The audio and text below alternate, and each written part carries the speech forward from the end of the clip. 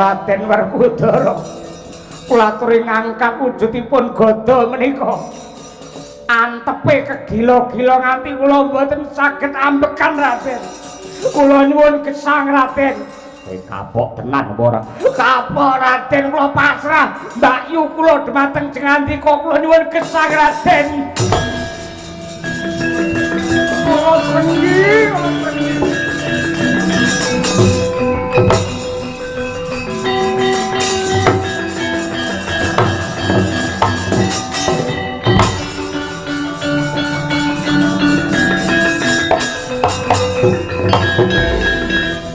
Soto kimbal biyen iya aku ora trima perkara apa. Sing tak jaksa resmi sing dandan sembadra jebul adhiku Jata Gini. Dheweke meteng saking nglairke anakku jajal piye lakon apa nek kaya ngene. Sing nglakoni sanggama sapa? Aku. Sing kleru sapa? Ya aku. Ning aku isin nyawang jagat merga kok apusi karo Semar Badranaya. Rimah balungmu.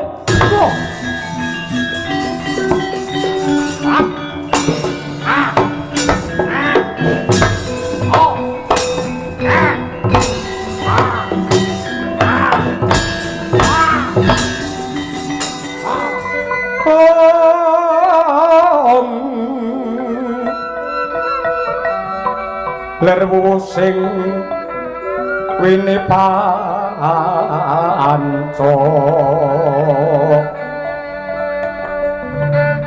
lawan pepetoking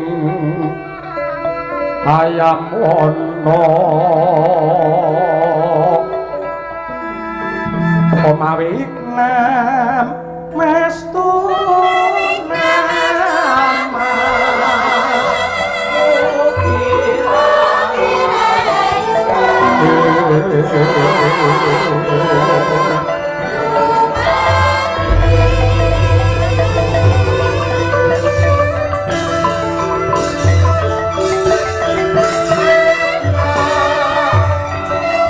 Negari gending pitu yang Slogo Himo surem sorote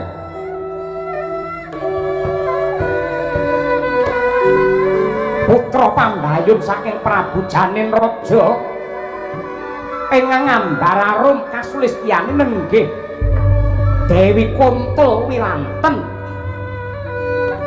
wasemelang ing penggalih kuwatir awit dumugi samangke dereng wonten ratu satriya ingkang kuwawa ngasoraken kridanira sang Gagak Baka Bedlarung-blarung kang dadi pamikiri sang nata yen nganti putra putrinira kempong pira jambul wanen datan antuk garwa minangka sisianing rasa mangkono sigra sang Prabu Janin Raja amiji dhumateng ingkang putra hanenggih Gagak Baka podhang binurian janget tinelon kinen sowan mangadhep wonten ing Pendopo Agung Negari Gending Pitu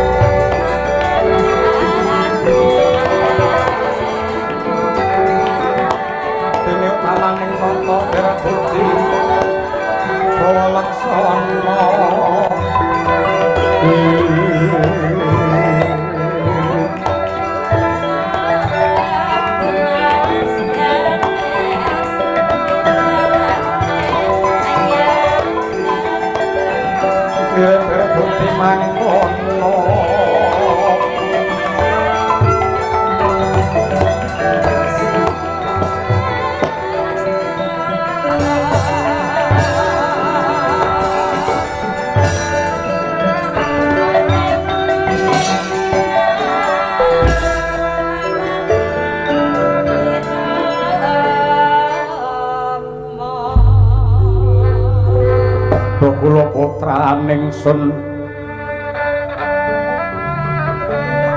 sira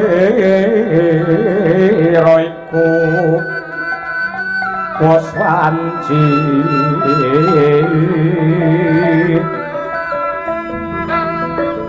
pisalan jenenge wang sira kulin nang arep becik sira nang praja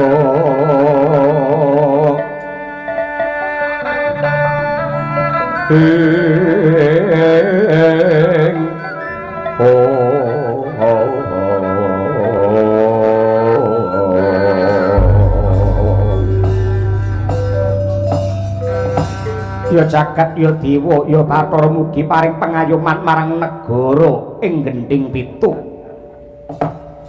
Gagak Baka lan uga kabeh anak-anakku sing cacahe 40. Anak 40 sing mbarep pawestri wadene sing 39 kuwi mijil jalu. Ripalungguhan iki kabeh ndak timbali ya mung bakal ndak kanthi padha gelem mikir marang kahanane praja ing Gendhing Pitu magepokan kelawan mbakyumu iki sing kok dekake sayembara perang. Wis akeh para ratu, para satya sing padha munggah ana ing Blabarawaja Kenteng Kawat ning nyatane ora ana sing mangga mulya. Racake yen ora cacat ya mati merga kridane Gagak Baka lan kabeh adi-adine. Nuwun sewu. Kanjeng Rama Dewa Jijimat sesembahan kula nggadahi panggayuh utawi krikat niat ingkang luhur.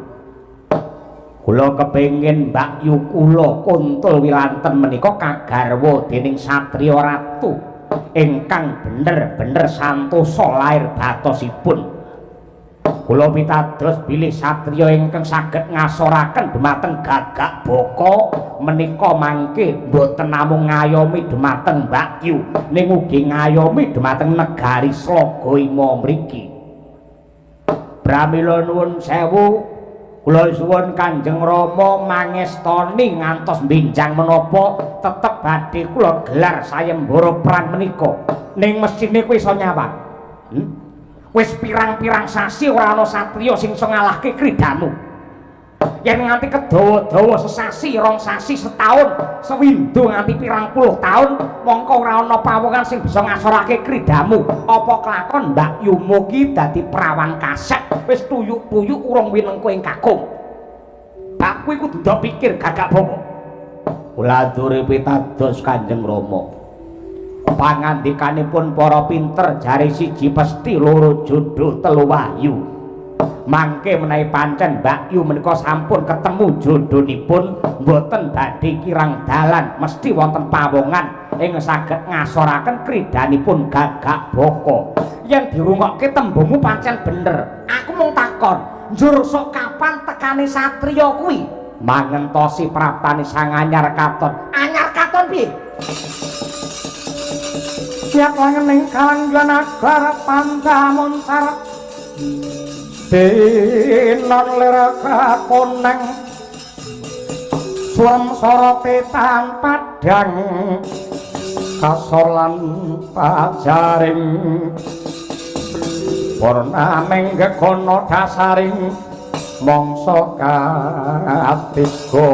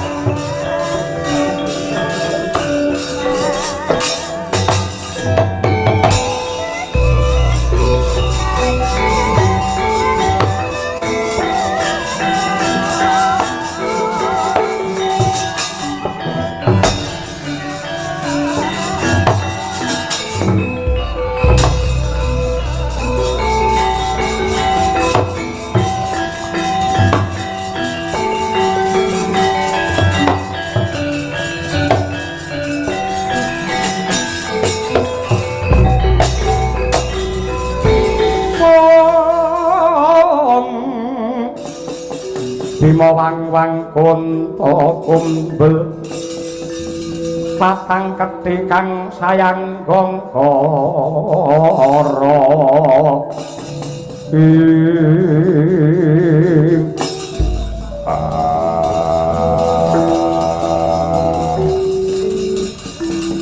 Prabu Janin Raja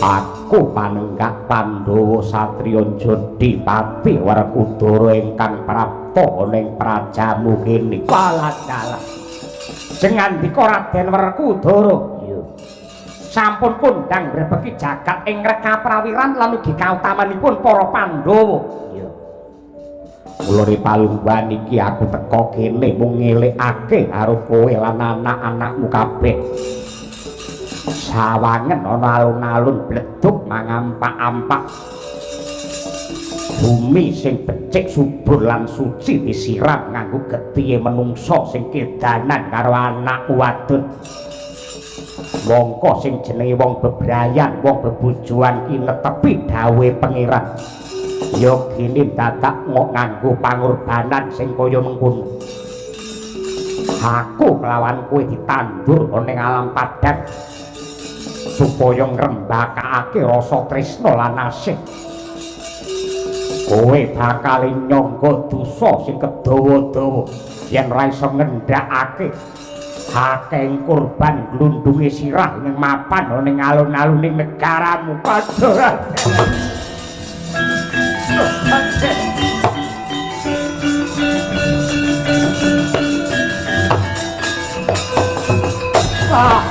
dalam Raden Werkudara ngaturaken panuwun diri jengandika ngemutaken dumateng kula sakmangke gandeng jengandika menika satriya agung binetara kula pasrah bongkokan dumateng bab anak kula menika pun kuntul sinanten aku mung njaluk adhedhasar tresna pedamen anakmu tak gawane marang negara Ngamarta kanggo srana katentremane wong Ngamarta men dipek bojo karo mbarep kakangku Purbawasesa satetahipun namung kula aturaken dumateng jengandika monggo anggenipun badhe mboyong anak kula boyong-boyong piye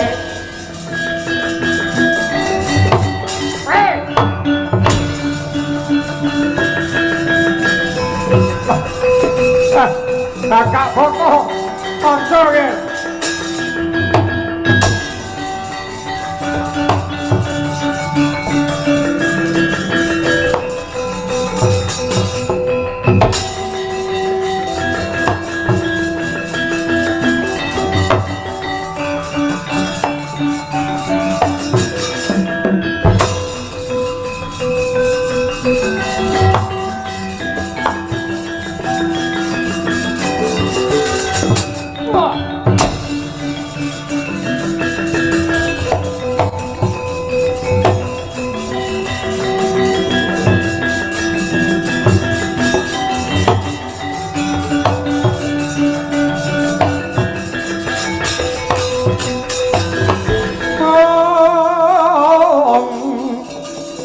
santuk mregut ngembat watang ngraposo mungsuh tangkep jojo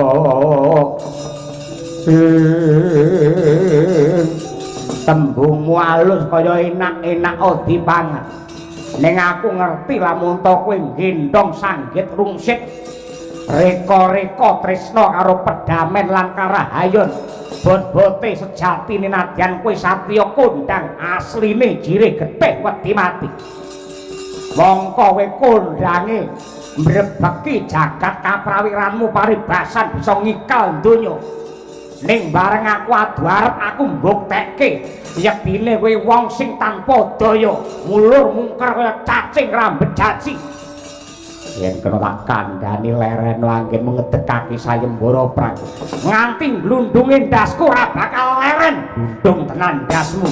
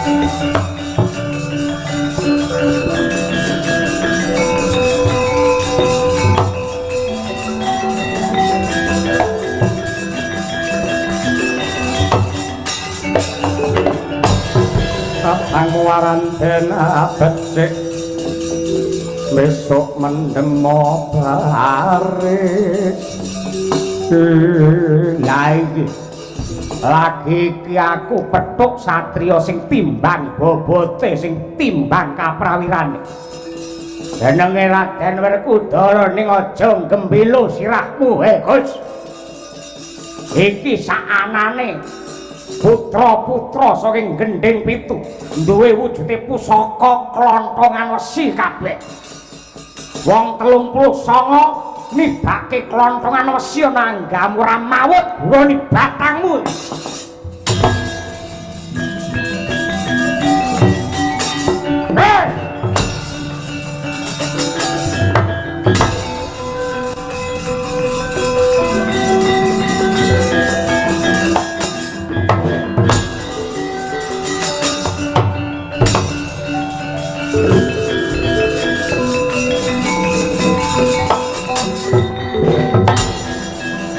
nih pakai kelontongan sih yo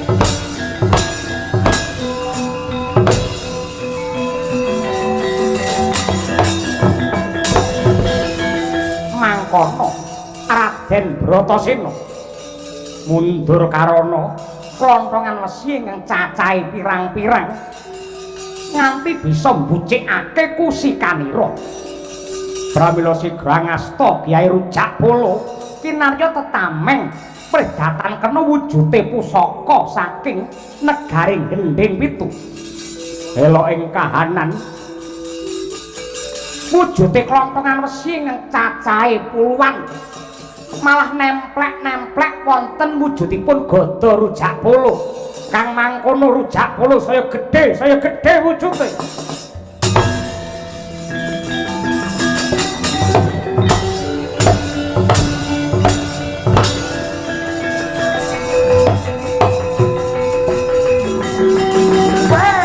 wah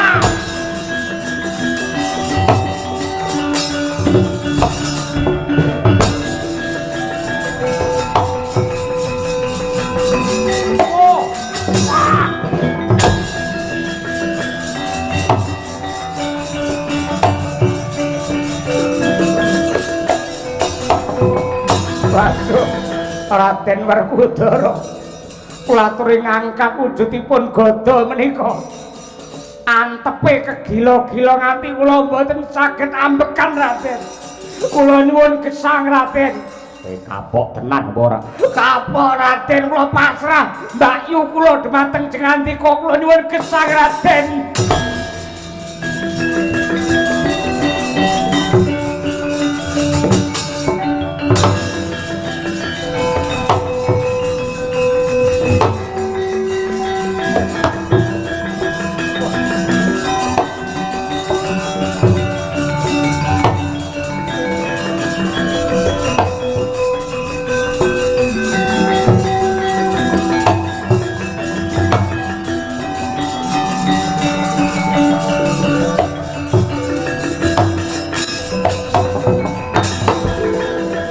Semanten ugi kula ugi sampun mertobat Raden. Kula ngaku kalah Raden.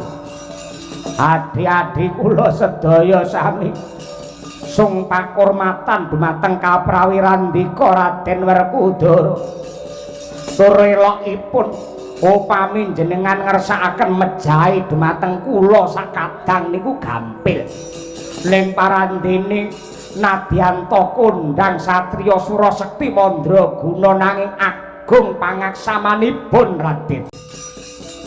Wong yen wis mertobat ya kudu diwene urip supaya sisane urip bisa kanggo dandani pakarti lan becike tumindak. Aduh, kula nderek nika Raden.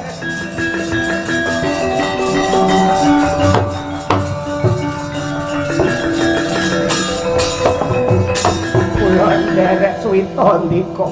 Kula dados menapa kemawon purun. Kula nggih nderek suwita wonten ing Jodipati. Kula nggih nderek suwita wonten Jodipati Raden Werkudara. Ayo. Yen pancen karepmu kaya ngono. Watone watekmu sepi pamrih rame gawe. Dasare dadi prajurit kudu duwe paugeran, aja sok ngarep-arep negara wis menehi apa karo kowe. Ning kudu diwalik kowe wis nate labuh apa karo negaramu. Inggih Raden. Yen kowe suwita marang Werkudara tak tampa. Kudune besok yen wis tekan Jodipati kowe tak wisuda dandanamu memper kaya Werkudara. Lah kok saiki wis kaya Werkudara dhisik kaya ngono. Pak nggih. Dodo menika tegesipun dodo Raden. Ayo. Ora dadi apa? Mbak Yumu kon rene nggih Raden.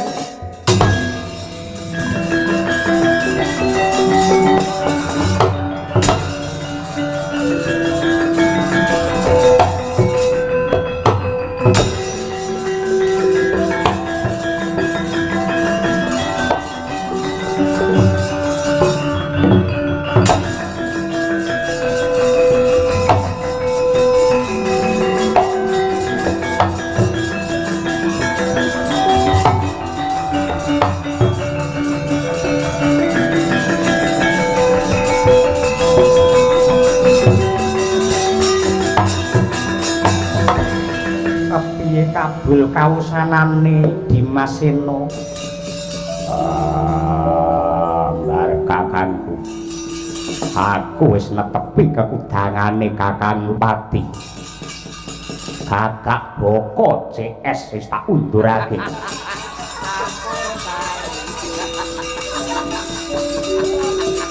CS kuwi apa? Cak Sulomo. Sing baku dhewe wis teluk malah saguh dadi wadya Jodipati. Dheweke bakal masrahake Mbak Yuni si Kuntul Sinantep. Genti kewajibanmu biar wayu tenan ora we.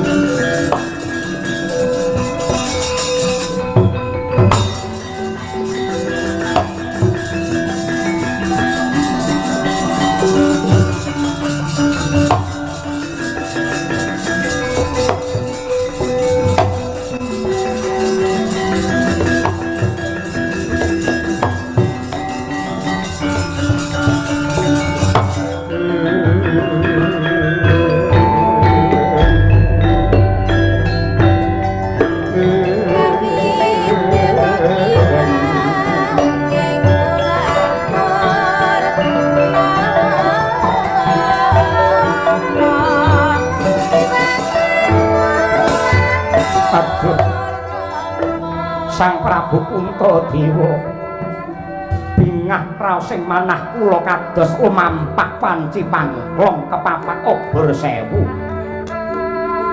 dene palungguhan samangke sayembara perang kang ginilar dening anak-anak kula sampun rampung lan bundhat ingkang rayi Raden Werkudara sampun mungkasi karya pramila saking menika jumbuh kalian pranatan sayembara perang ingkang ginilar sakwetahipun anak kula menika pun kuntul sinanten kula pasrahaken dhumateng Paduka Sinuwun Puntadewa bara kanggenipun badhe murba wasesa sinuwun.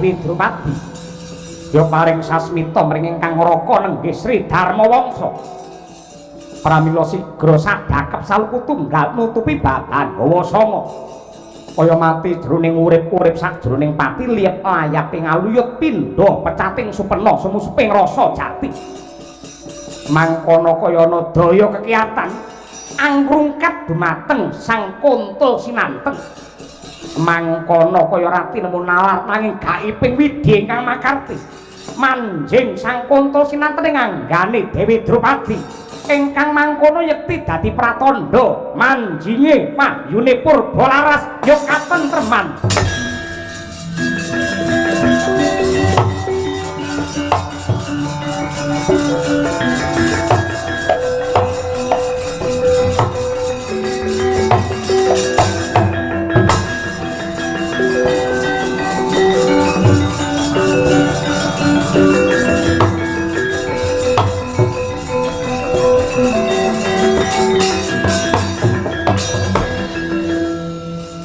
Mboten klegewa bilih lampanipun kok malah kados mekaten nggih Yayi. Kula kinten menawi krama malih jebul kok manunggal dumateng Dewi Drupadi tegesipun manunggaling mahyu Purbalaras Koko Prabu nggih Purbalaras. Purbalaras tegesipun wong sing pinter ngendhaleni sedaya lelampan kanthi timbang becik lahir kalian batin jiwa lan raga donya kalian akhir ingkang sedaya ambabar kamulyan lan kaendahan monggo kondur ya.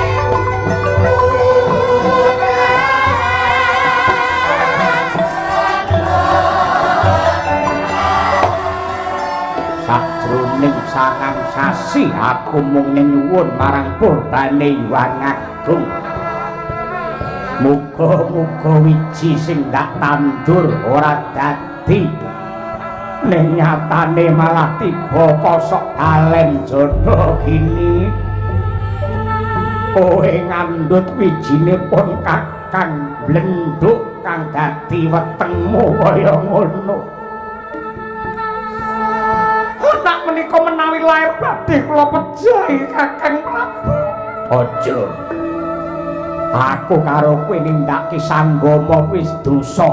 Parandene bareng lair nugraha arti patene iki dudu menungsa ning jiwane kewan. Aja ngono ya, aja.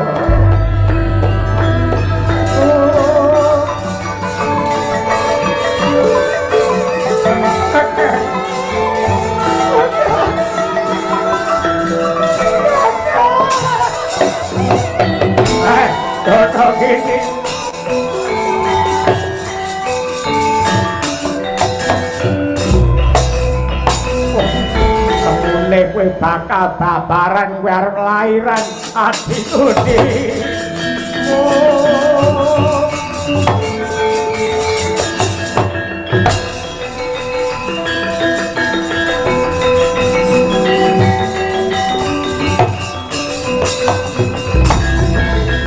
Kap sangang Candra Dasari mangkono Dewi Jata giniwat sepisan brol punang riwe kaya dineres miyak langse gumbala giri miyak tegese mbukak langse tegese slambu gumbala tegese rambut giri tegese gunung metune jabang bayi saka gunung sing ana rikmane Cenger metu jabang bayi jalu wujud Genowo.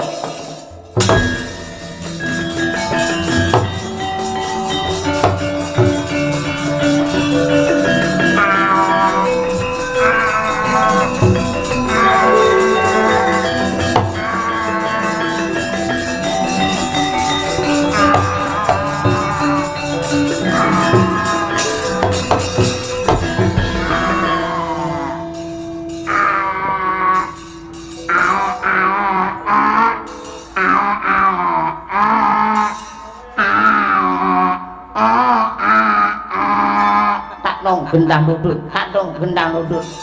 Bayi koclok. Aja kuwi anakmu karo anakku aja ndok ana akeh. Aduh, kula isin. Wis dipangani nanas pirang-pirang pencet pirang-pirang parandene malah dadi atus katon menika kados pundi. Jeneng Noarka ya. Sanes. Mboten murid jenenge kapiyen kaya ngoten niku. Buta jenenge Arka.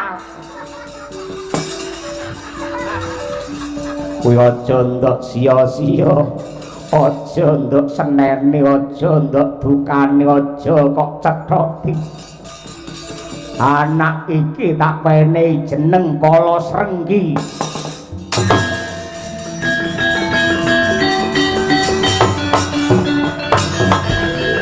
Timbang bebarang wirang aku titip anakku samripat wayang iki.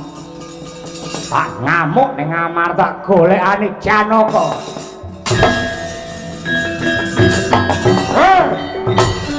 Oh, Srenggi,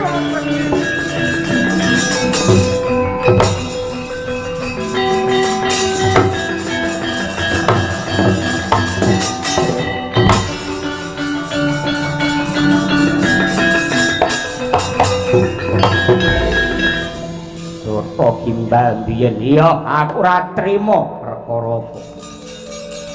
Sing tak jaksa resmi sing dandan Sembadra jebul adikku Jata gini.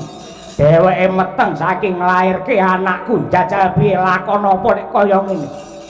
Sing nglakoni sanggama sapa? Aku. Sing kleru sapa? Ya aku. Ning aku isin nyawang jagat merga kok apusi, diapusi karo Semar Badranaya. Rimah balungmu.